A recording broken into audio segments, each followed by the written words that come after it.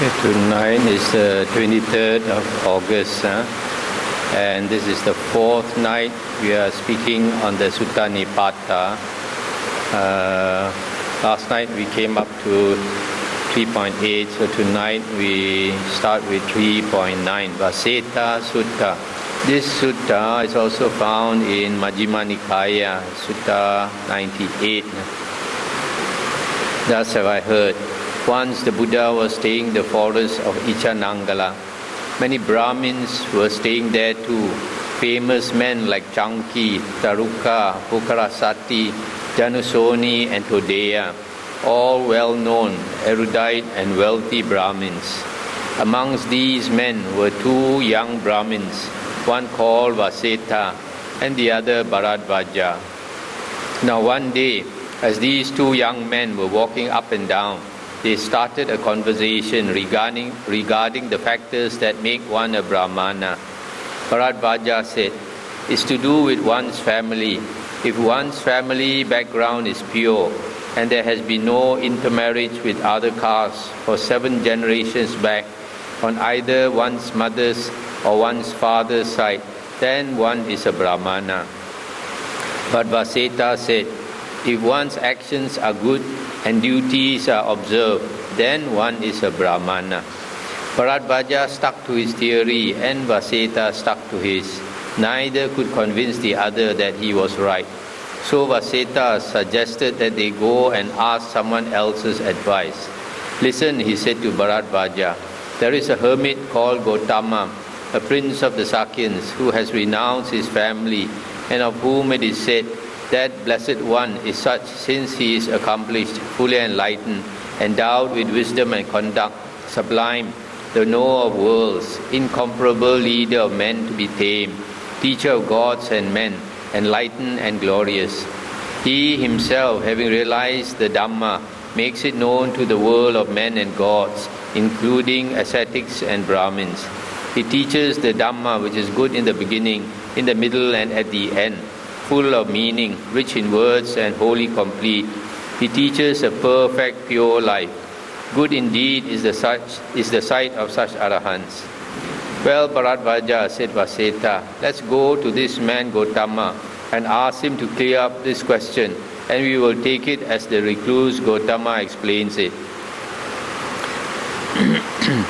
"Very well," said Bharadvaja, "let's go." So the two young men went off to look for this master. When they found him, they greeted him politely and sat down on one side. Then Vaseta spoke to the master in these words, "Sir, we are both students of the orthodox teachings, and we are both recognized and accepted as experts in the study of the Vedas. My teacher is Pukarasati, and my friend here studies with Taruka. We have studied all the commentaries on the 3 Vedas, and we are qualified to teach the subjects of meter, grammar and chanting. But even so, Gotama, there is one question about which we are in disagreement, namely the importance of heredity. Bharadvaja insists that a man is a Brahmana because he is born as one, but I am sure that it's what a man does that counts. We want you, who has vision, to know about this argument. Because we can't settle it between ourselves, we have come to ask you about it.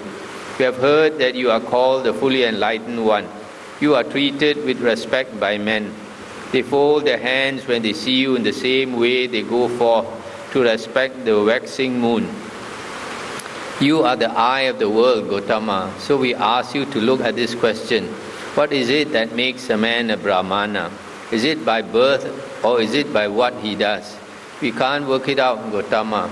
So please explain it to us and tell us what a Brahmana is." The Buddha answered Vaseta in these words, I shall explain to you in proper order and in accordance with the fact the different kinds of living things, since there are diverse species. If you look at trees or grass, although they may not be conscious of it, there are lots of different kinds and species. There are divergent species. Then there are insects, large ones like moths and small ones like ants.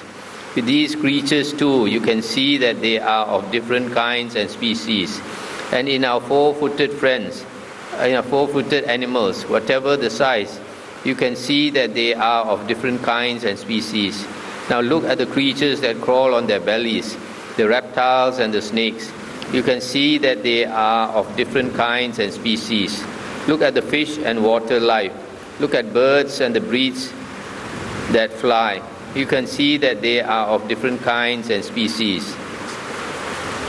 There is not among men different kinds and species in the manner that they are found among other species. Unlike in other species, there is not among men differences in kind or species with regard to their eyes, ears, mouths, noses, lips, eyebrows, and even their hair. All are of the same type. From the neck to the groin, from the shoulder to the hip, from the back to the chest, it is all of one kind with men.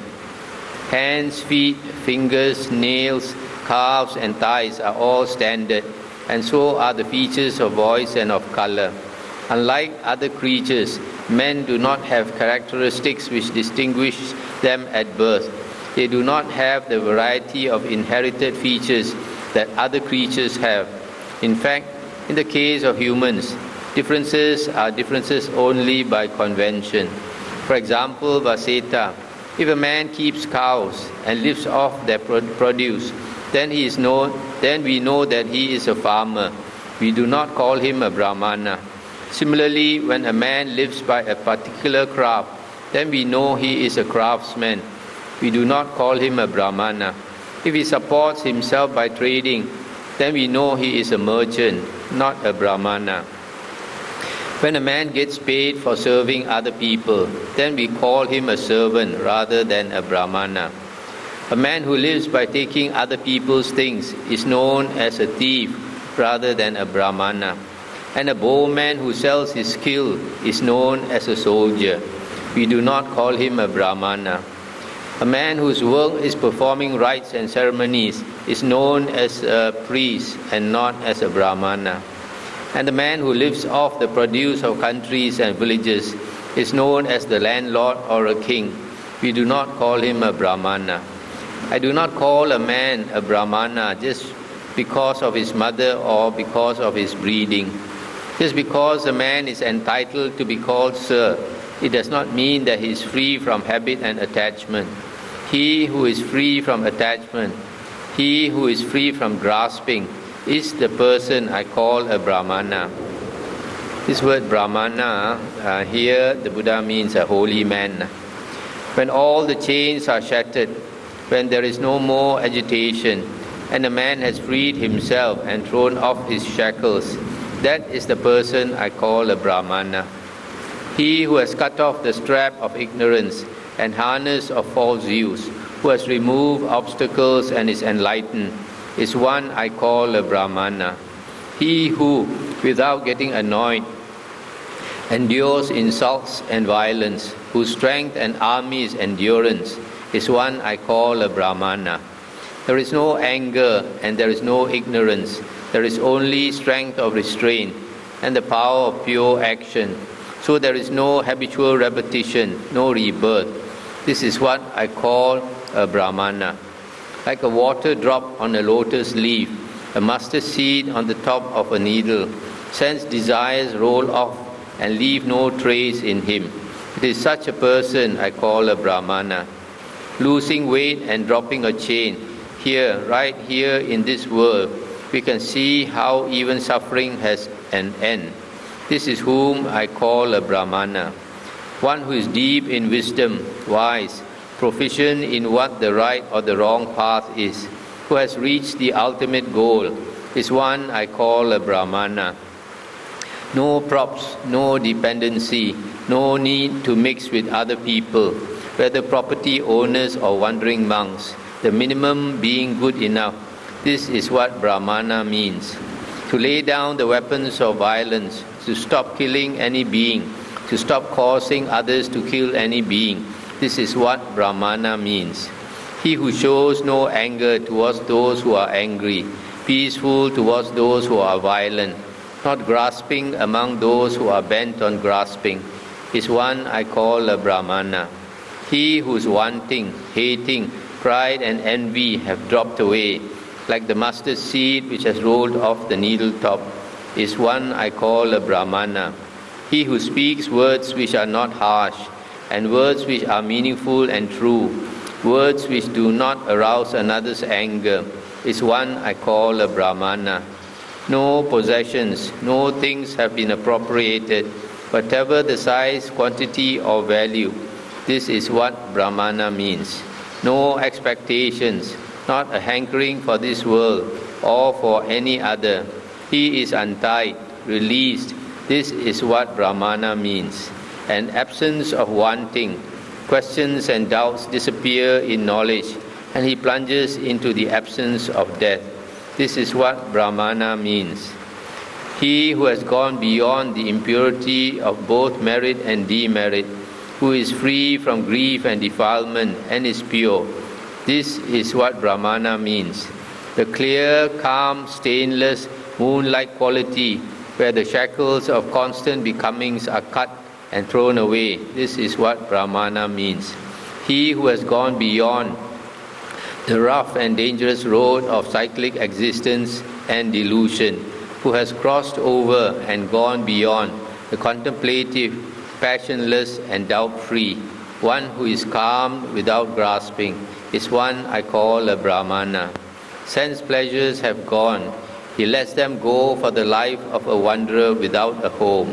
The sensual pleasure of constant becoming has gone, thrown away. This is what Brahmana means. Craving, demandings have gone. He lets them go for the life of a wanderer without a home. The hankering after constant becomings has gone, thrown away. This is what Brahmana means. The dead weight on the backs of men, the loads that weigh down even gods, all these burdens are discarded, thrown off and overcome. He is untied from the yoke, released. This is what Brahmana means. Avoiding delight and aversion, he is cooled and free from bases that lead to rebirth. He is a hero who has overcome all the worlds and is one I call a Brahmana.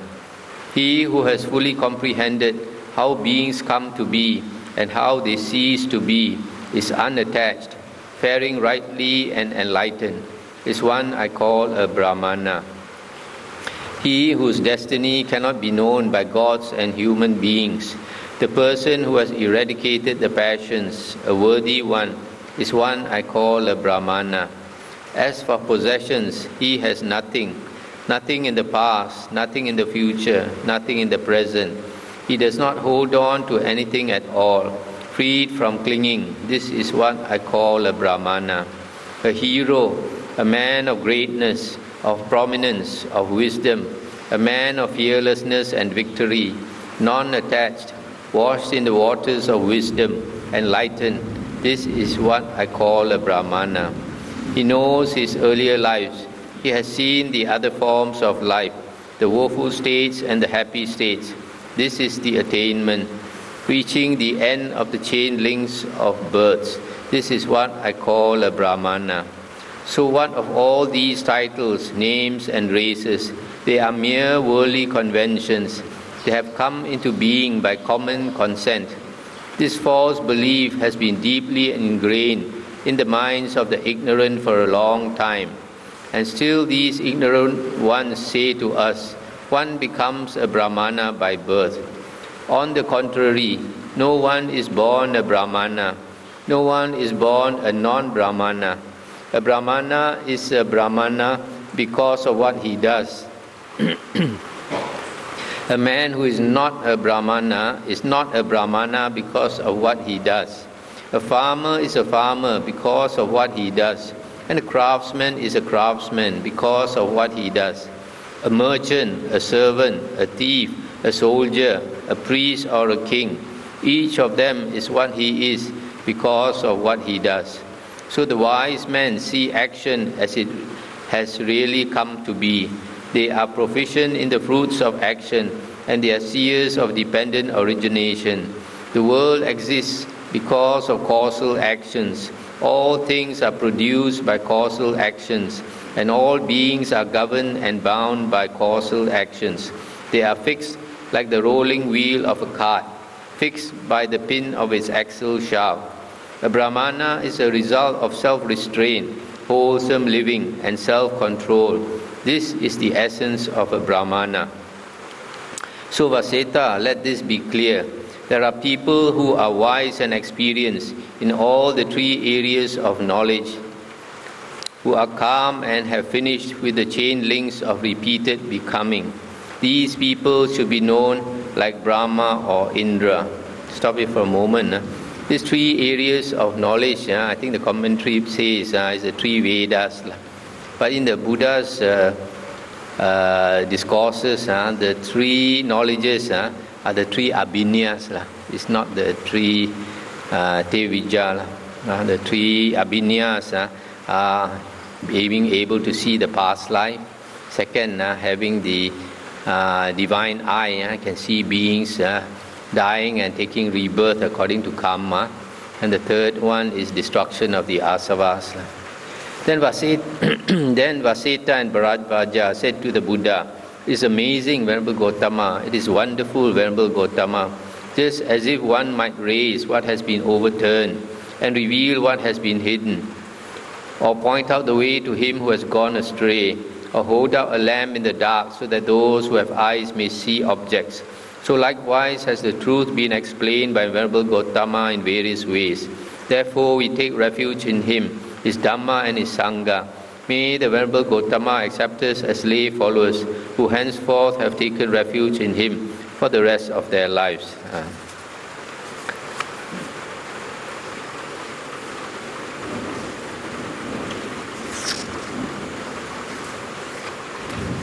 So this sutta, the Buddha clarified to the two young Brahmins.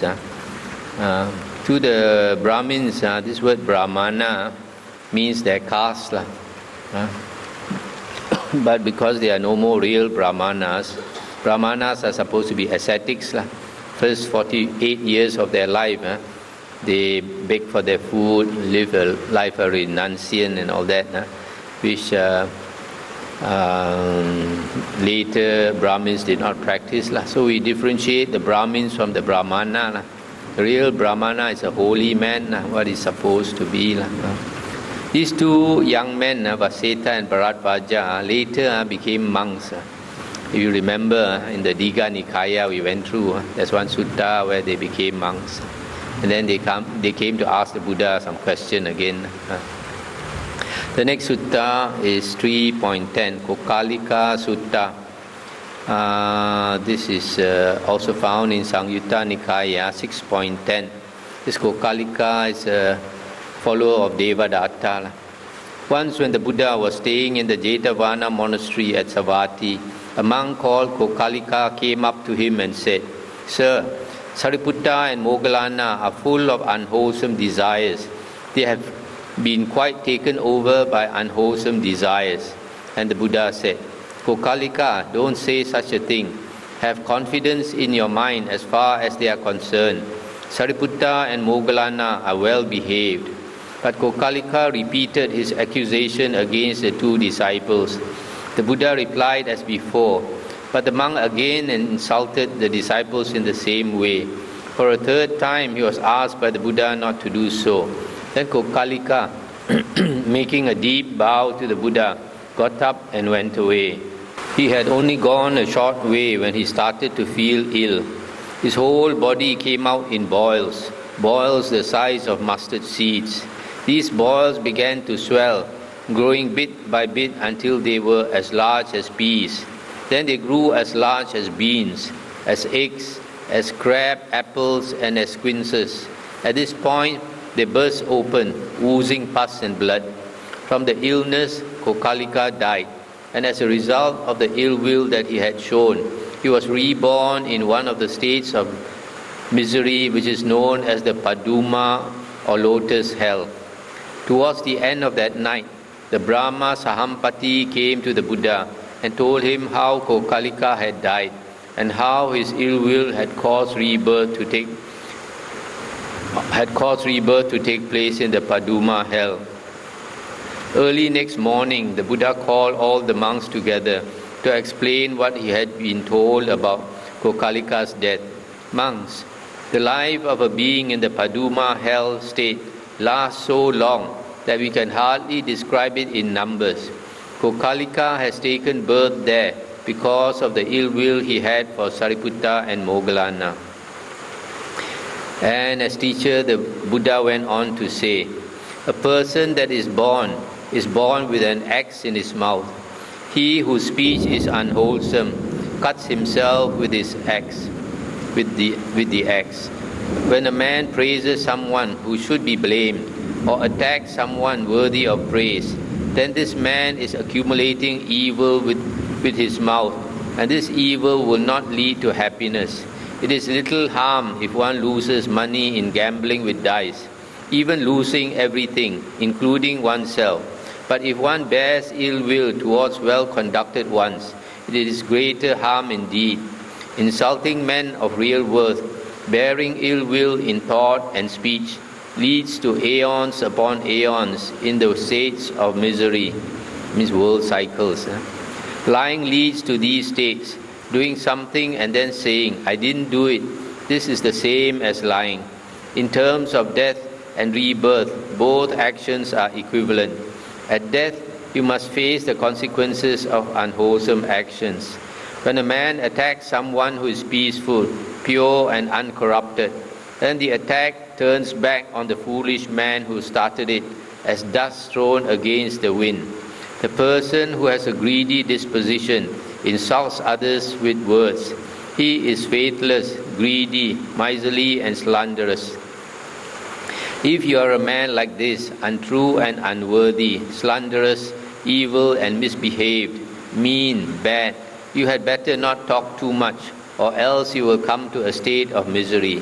You are spreading pollution when you act like this. It is an insult to men who do good, and it is a polluted action in itself. If you accumulate actions like this, you will fall into the realm of misery. Why is this? It is because the things that men do just do not disappear into the past. They will come back to us. They will return to their Maker. A man whose actions are polluted is foolish. In time he will feel the pain of it himself. The pain he will feel will be like the pain of iron bars that are thrashing him and iron stakes that are piercing him. In a state like that, what he eats feels like red-hot balls of iron. Nothing there is said that is not hard and painful. Nothing there is said that is not hard and painful. There are no pleasing words of consolation. Nothing offers escape for the sufferers in this state. This state where the world is a furnace, where even a bed is of red-hot ashes. Tangled up in nets, crushed by hammer blows, they are immersed in thick darkness, stretching out on all sides.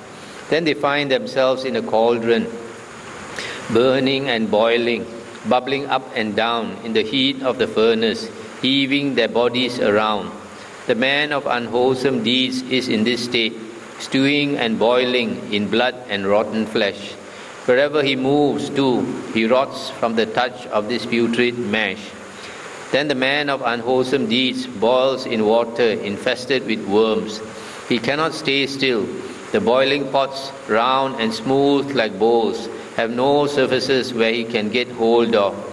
Then he is in the jungle of sword blades, limbs mangled and hacked, the tongue hauled by hooks, the body beaten and slashed. Then he is in Vetarani, a watery state difficult to get through, with its two streams that cut like razors. The poor beings fall into it, living out their unwholesome deeds of the past. Gnawed by hungry jackals, ravens and black dogs, and speckled vultures and crows, the sufferers groan. Such a state is experienced by the man of unwholesome deeds. It is a state of absolute suffering. So a sensible person in this world is as energetic and mindful as he can be. The Paduma hell state lasts a long time. The experts work out its length in terms of the number of cartloads of sesame seeds that would be emptied if one seed were removed every 100 years. They say the cartloads would number 5,120 million. And as long as the woeful states are called woeful by people in this world, for so long will people have to go on living through those states. Take care, therefore, and with pure, wholesome and friendly qualities, constantly watch the movements of mind and the movements of speech. So you can see here the description of hell is very frightening.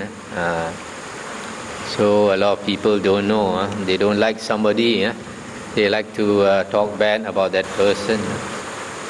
If they knew the consequences, they would very quickly shut up, not say anything unpleasant. You see that lifespan there, 100 years, you can only remove one seed. Even it's one cartload, how long before you can remove all the seeds from that cartload? But how many here? 5,120 million. The next sutta, 3.11, Nalaka Sutta. This one about the birth of the Buddha and the description of the qualities of enlightenment. I think another one of those that were created later. One day during the afternoon siesta, the sage Asita noticed that the 30 gods had all gathered together. This sage Asita is supposed to be taking his afternoon siesta in the heaven of the 33. Full of joy and overflowing with praises to Indra, they were dressed in the purest white and waved their robes and banners with delight. Seeing all this excitement, Asita respectfully asked the gods what it was that they were celebrating. Why are you all so happy and joyful, he asked. What's all this waving and whirling of banners for? I've never seen such excitement as this, not even when the gods won their battle against the Asuras. What can they have seen now? It must be something wonderful for there to be all this rejoicing. They are singing and shouting, playing music, dancing around, clapping and waving. Tell me why, you people from the top of Mount Meru. Please answer my questions, put my mind at rest. And the god said, in a village called Lumbini in the Sakyan country, a bodhisattva has been born. A being set on Buddhahood has been born. A superlative being without comparison. A precious pearl of the health and goodness of the human world. That's why we are so glad, so excited, so pleased. Of all beings, this one is perfect. This man is the pinnacle, the ultimate, the hero of creatures. This is the man who, from the grove of the seers, will set the wheel of Dhamma turning, the roar of the lion, king of beasts. When he heard this news, Asita left the Tusita heaven and went straight to the palace of Suddhodana, king of the Sakyans. Here you can see again, it's definitely a later writing. Raja Suddhodana is not the king of the Sakyans. But is. There, when he had sat down, he said to the Sakyans, where is the prince? I would like to see him. So they took the hermit Asita, the unattached as he was called, and showed him the newborn prince. He was shining, glowing and beautiful. It was like seeing molten gold in the hands of a master craftsman as he takes it out of the furnace. To see the prince was to see brightness, the brightness of the flames of a fire, the brightness of the star constellations crossing the night sky, the brightness and clarity of the autumn sun shining on a cloudless day. It was a sight that filled the hermit with joy, and he experienced great delight. In the sky above, invisible beings were holding up a vast canopy out in circles from its center and stretched over 1,000 spokes. Other gods waved yak-tail fans on golden stems, and these gods too were invisible. The long-haired sage, the dark splendor as he was called, looked at the baby lying on the orange clothes, shining like a golden coin. With the white sunshade held up above great joy, he picked him up. Now the lion of the Sakyans was in the arms of a man who had waited for him, a man who could recognize all the signs on his body, a man who now, filled with delight, raised his voice to say these words. There is nothing to compare with this. This is the ultimate. This is the perfect man. Just then the hermit remembered that he was going to die quite soon, and he felt so sad at this that he began to cry. The Sakyans asked him why he was crying. Is the prince in some danger? They asked. To settle their worries, the sage explained to them why he felt sad. No, he said, there will not be any danger or threat to the prince's life as far as I can see. In fact, for him there won't be any obstacles at all. There couldn't be for him. He is not an ordinary being. This prince will come to the fulfillment of perfect enlightenment. This prince of supremely pure vision will start turning the wheel of Dhamma out of compassion for the well-being of many. The religious life will be fully expounded. But for me there is a grain of sadness and a pain in this, for I will not live much longer now, and during his life I shall die. So I won't be able to see this man of such unparalleled strength teaching how things are, and that's the only reason that I felt sad. The Sakyans were thrilled to hear what he said, and he left them, went out from the inner rooms of the palace, and set out to follow the practices of a pure and virtuous life. But as he was leaving, he began to think of his nephew, Nalaka, and full of compassion, he stopped to tell him about this man of unequaled strength and his teaching. One day, he said to his nephew, you will hear someone talking about a Buddha. You will hear of a man who has reached full enlightenment by following the correct path. When you hear this, go and find out all the details of his teaching. Go and live with this master, this Lord, and follow the practices of a pure life. And Nalaka, helped by the merit he had accumulated by many years of good and wholesome actions, remained alert and restrained, always moderating the play of his senses, looking forward to the appearance of this conquering hero. In time, the news did come. The Buddha started to turn the teaching wheel. On Asita's advice, Nalaka went off to find this noble sage, and having done so, asked the man of wisdom about the highest wisdom. What Asita told me many years before has turned out true, said Nalaka. I can see that now. You, Gotama, have reached the perfection of all things. May I now put a question to you, Master? I have lived for some time as a wanderer, and now I would like to live as a monk. So please answer this question for me. What is the highest wisdom state? And the sublime Master replied, I will explain the wisdom state to you, a state which is hard to get and hard to put into effect. Come, be alert and full of effort. Develop the mind of equilibrium. You will always be getting praise and blame, but do not let either affect the poise of the mind. Follow the calmness, the absence of pride. Forms, both high and low, come across like tongues of flame from a log. Women tempt the sage, but you should not develop the desire for them. Being free from sensuous union, without aversion or attachment towards beings, however weak or strong they may be, comparing oneself to others in such terms as just as I am, so are they. Just as they are, so am I. He should neither kill nor cause others to kill. The impulse, I want. This impulse is probably volition. And the impulse, I'll have. Lose them. That is where most people get stuck. Without those, you can use your eyes to guide you through this suffering state. Eating little and moderate in food, with few wants and free from greed, he is unafflicted by wants. He is desireless and calm. This is the pattern that the man of wisdom follows. He goes round collecting offerings for his meals, and then he goes off to the edge of the woods or the grove and sits down under a tree. He applies himself to meditation practice. With his skill in this practice, he can find it pleasurable. He can make himself joyful, living under a tree on the edge of the wood, meditating. He spends the night like this, and in the morning sets off for the village. He does not get distracted. He does not get excited by the offerings and invitations that people offer him there. Once he has reached the edge of the village, he does not rush from door to door. And when he is begging for food, he does not talk about it or pass any hints.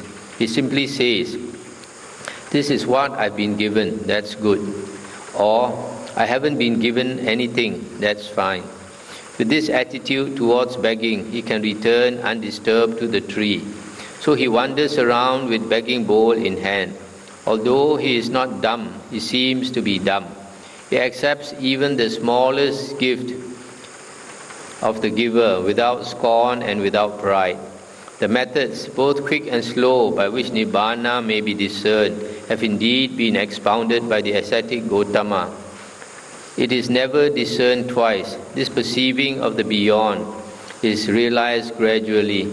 When a person is desireless, when a monk has extinguished the river of becomings, when he has given up all the activities of duty and obligation, what ought to be done and what not ought to be done, then the fever is past. "Yes," said the Sublime Master, "I will explain the wisdom state to you. Be razor sharp. Keep your tongue relaxed so the tip is resting on the roof of your mouth and your stomach or appetite is restrained. Let go of the chained minds, the states involving attachment. Do not spend much time thinking about irrelevancies. No defilements, no ties, no dependency, only dedication to the practices of a pure life. In the discipline of living alone, in the service of hermits, it is the silence of solitude that is wisdom. When the solitude becomes a source of pleasure, then it shines in all the 10 directions. This is the sound of the meditation of wisdom, of those who have let sense pleasures go. When you, a follower, hear this sound, then you grow in confidence, modesty, and strength of practice. Listen to the sound of water. Listen to the water running through chasms and rocks. It is the minor streams that make a loud noise. The great waters flow silently. The hollow resounds, and the full is still. Foolishness is like a half-filled pot. The wise man is a lake full of water. The hermit can talk of many things with good sense and precision. He can describe the way things are from a position of knowledge. There is much that he can talk about from that position. But when a man of knowledge retains his self-control, when a man of knowledge speaks only a little, then you have found a man of wisdom, a man for whom that silence is appropriate and deserved. Such a man has found the silence of wisdom. The sutta is probably a later addition. I get to the next sutta, 3.12. Dvayatanupassana Sutta. Thus have I heard. Once the Buddha was staying in the eastern part of Migara mother's estate at Savatthi. One evening on a full moon day, he was sitting in the open air with all the monks gathered round. He saw that they were silent, and so he spoke to them. "Monks," he said, "it sometimes happens in this world that things are said concerning skillful states. Distinguished and liberating statements are made that lead to full enlightenment. Now, monks, why should you bother to listen to those statements? People may ask you the same question, and if they do, you should answer them like this. It is for the purpose of knowing two things as they have come to be. They may ask you what these two ideas are. If they do, you should answer them like this. The first insight is this. This is suffering, and this is what causes it. The second insight is this. This is where suffering stops, and this is how you get there. These are the twofold insights. Grasp them together, and in the course of a life of energy, dedication, and care, you can expect one of two results.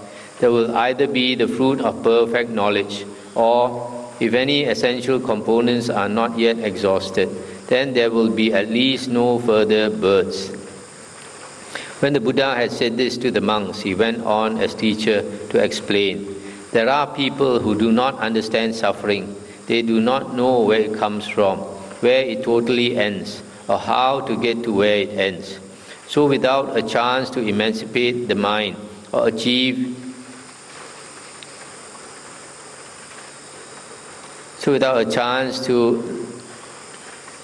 liberation by mind or liberation by wisdom, they cannot effect an ending. They can only go on and on, being born and getting old. There are also people who comprehend suffering, who know how it happens, where it totally ends, and how to get to where it ends. They have got the liberation by mind and the liberation by knowledge, by wisdom.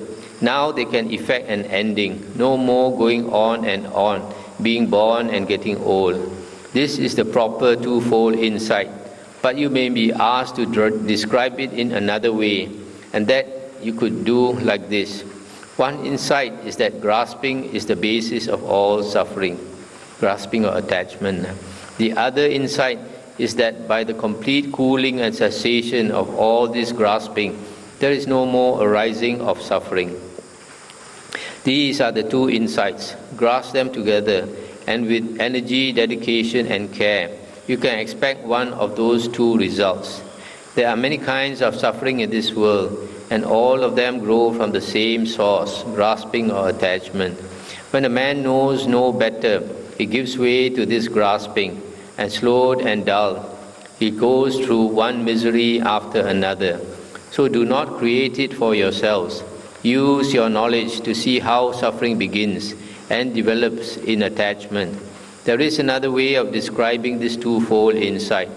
One insight is that ignorance is the basis of all suffering. The other is that by the complete cooling and cessation of ignorance, no more suffering is produced. These are the two insights. Grasp them together, and with energy, dedication, and care, you can expect one of those two results. Constant traveling from birth to birth, from this form to that form, again and again. This is what results from ignorance. It is due to this ignorance that people's minds become dull and muddled, that they go on endlessly wandering from life to life. But if you walk towards wisdom, you leave these rebirths behind. You do not go on becoming. There is another way of describing this twofold insight. One insight is that sankhara or volitions are the basis of all forms of suffering. The other is that by the complete cooling and cessation of volition, no more suffering is produced. These are the two insights. Grasp them together, and with energy, dedication, and care, you can expect one of those two results. Every form of suffering grows out of a mental volition. Eradicate the volitions, and no more suffering is produced. Consider this harmful consequence of volitions, that they are the basis of suffering. By the complete calming of the volitions and the stopping of the train of perceptions, suffering disappears. Wise men understand this in accordance with fact. With right knowledge, the wise ones overcome the yoke of Mara. There is no more rebirth for them. There is another way of describing this twofold insight. One insight is that consciousness is the basis of all suffering. The other is that by the complete cooling and cessation of consciousness, no more suffering is produced. These are the two insights. Grasp them together, and with energy, dedication, and care, you can expect one of those two results. Every form of suffering grows out of consciousness. By the cessation of consciousness, no more suffering is produced. Consider this harmful consequence of consciousness, that it is the basis of suffering. But once consciousness is quietened, a person's craving ends. Total calm is realized. There is another way of describing this twofold insight. One insight is that contact is the basis of suffering. The other is that by the complete cooling and cessation of contact, no more suffering is produced. These are the two insights. Grasp them together, and with energy, dedication, and care, you can expect one of those two results. For some people, contact, the point where sense plus sense object meet is enthralling, and so they are washed by the tides of being, drifting along an empty, pointless road. Nowhere is there any sign of broken chains. But others come to understand their sense activity, and because they understand it, the stillness fills them with delight. They see just what contact does, and so their craving ends. They realize the total calm. There is another way of describing this twofold insight. One insight is that sensations or feelings are the basis of all suffering. The other is that by the complete cooling and cessation of sensation, no more suffering is produced. These are the two insights. Grasp them together, and with energy, dedication, and care, you can expect one of those two results. Those two results should be liberation by mind and liberation by wisdom. Whether it is pleasurable sensation or unpleasant sensation or neutral sensation, whatever is sensed internally or externally, one should understand all this as suffering, as deluding experience, as fragile experience. One should see with insight its rising and falling nature, and by this means should be detached towards it. The monk becomes free from craving and completely calm by the elimination of sensations. There is another way of describing this twofold insight. One insight is that the thirst of craving is the basis of suffering. The other is that by the complete cooling and cessation of this thirst, no more suffering is produced. These are the two insights. Grasp them together, and with energy, dedication, and care, you can expect one of those two results. When a man walks hand in hand with the thirst of craving, he will wander from birth to birth, now here, now there, and with never an end in sight. Consider this harmful consequence of craving, that it is the basis of suffering, and with this knowledge you could let the thirst dissolve. The clinging would go with it, and you would be free to live, always mindful as a wanderer. There is another way of describing this twofold insight. One insight is that clinging is the basis of all suffering or attachment. The other is that by the complete cooling and cessation of clinging, no more suffering is produced. These are the two insights. Grasp them together, and with energy, dedication, and care, you can expect one of those two results. Becoming is dependent on clinging. When one comes to suffering. A person who is born dies also. This is the production of suffering. And so, perfected in understanding, the wise dissipate all clinging. They have seen how the forces of becoming can be stopped, so they do not go towards more births. There is another way of describing this twofold insight. One insight is that effort or exertion is the basis of all suffering. The other insight is that by the complete cooling and cessation of exertion, no more suffering is produced. These are the two insights. Grasp them together, and with energy, dedication, and care, you can expect one of those two results.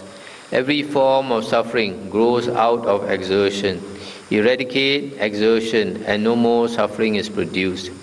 Consider this evil consequence of exertion, that it is the basis of suffering, and when all exertion has been abandoned, there is the freedom of the effortless.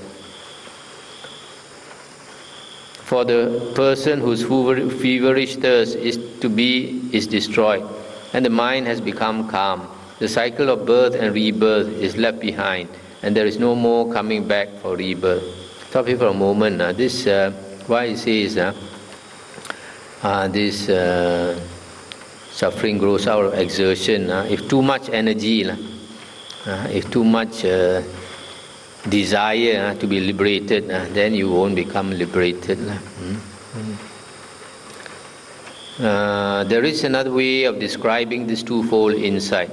One insight is that nutrients or sustenance are the basis of food, are the basis of all suffering. The other is that by the complete cooling and cessation of nutrients, or sustenance, no more suffering is produced. These are the two insights. Grasp them together, and with energy, dedication, and care, you can expect one of those two results. Every form of suffering grows out of nutrients. Eradicate those nutrients, and no more suffering is produced.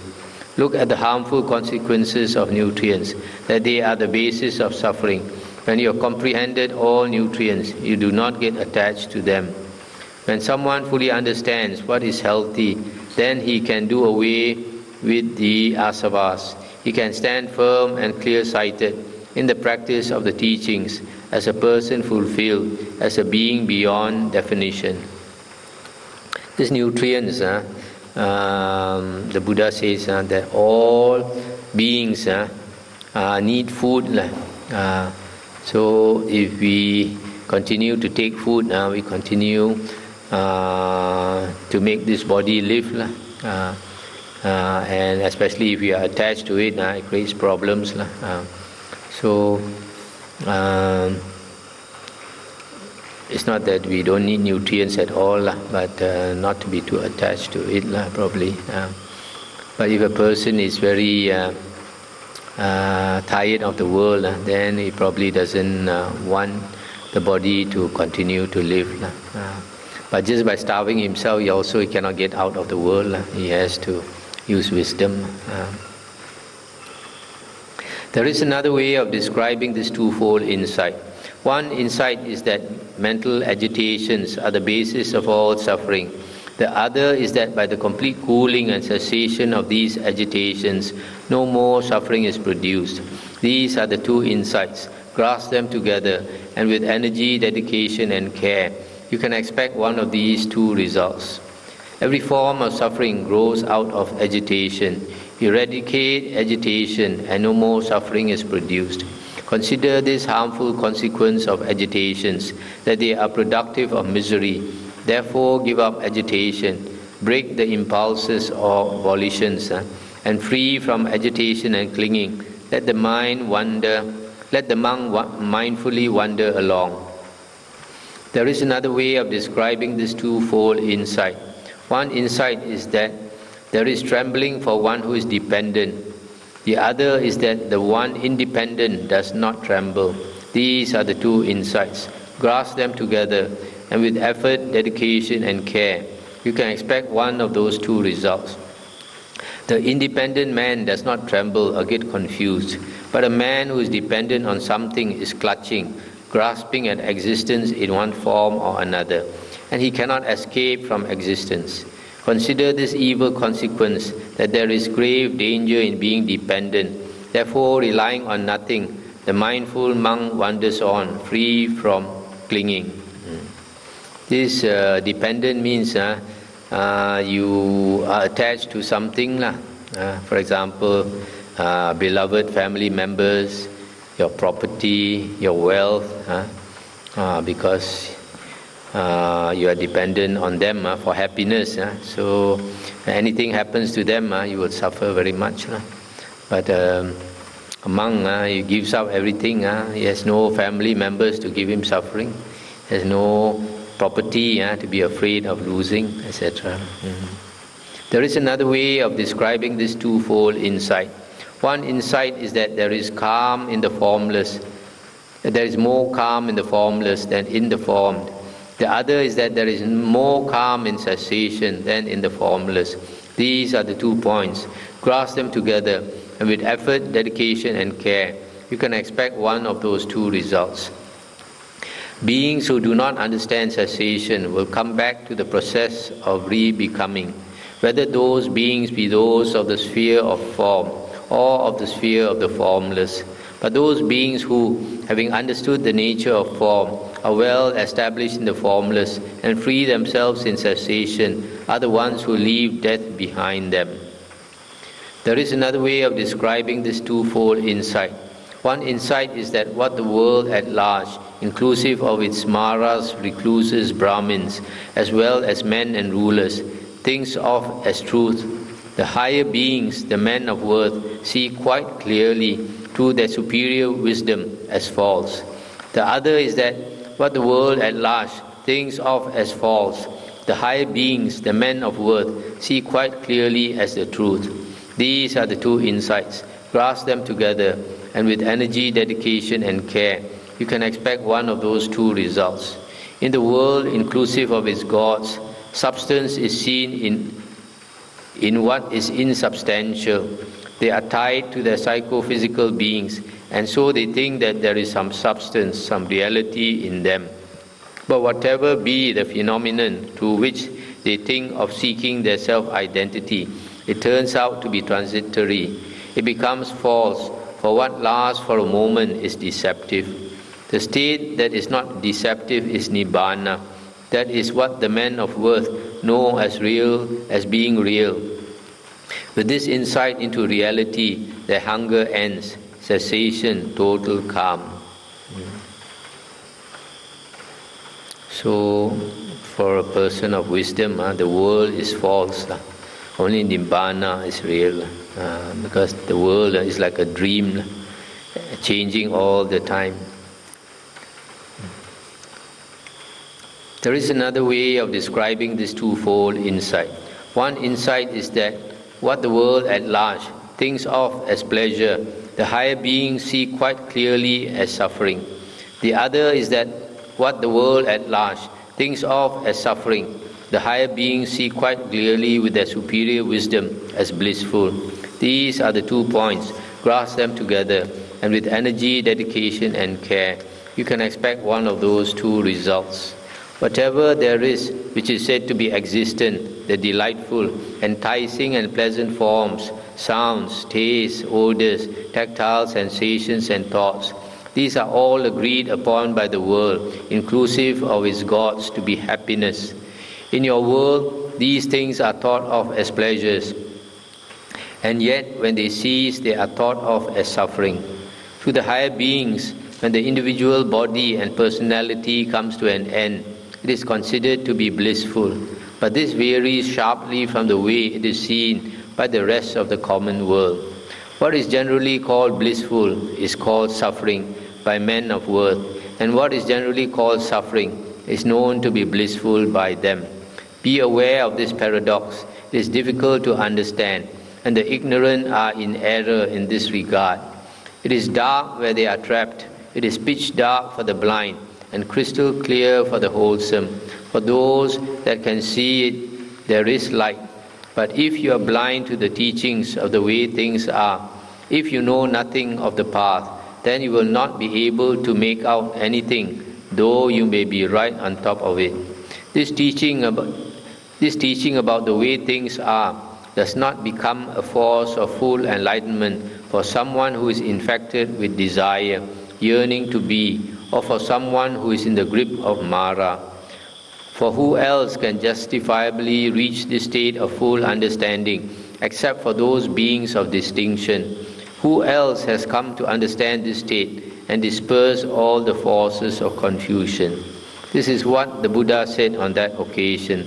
The monks were full of gladness and joy when they heard these things. Indeed, some 60 monks let go of all clinging and grasping during this talk, and they were freed of the asavas. So we stop here for tonight. Nothing to discuss.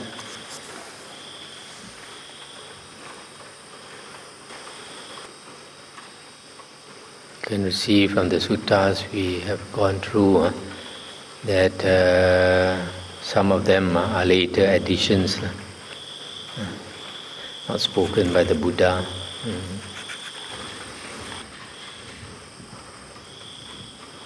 Okay, can you stop here?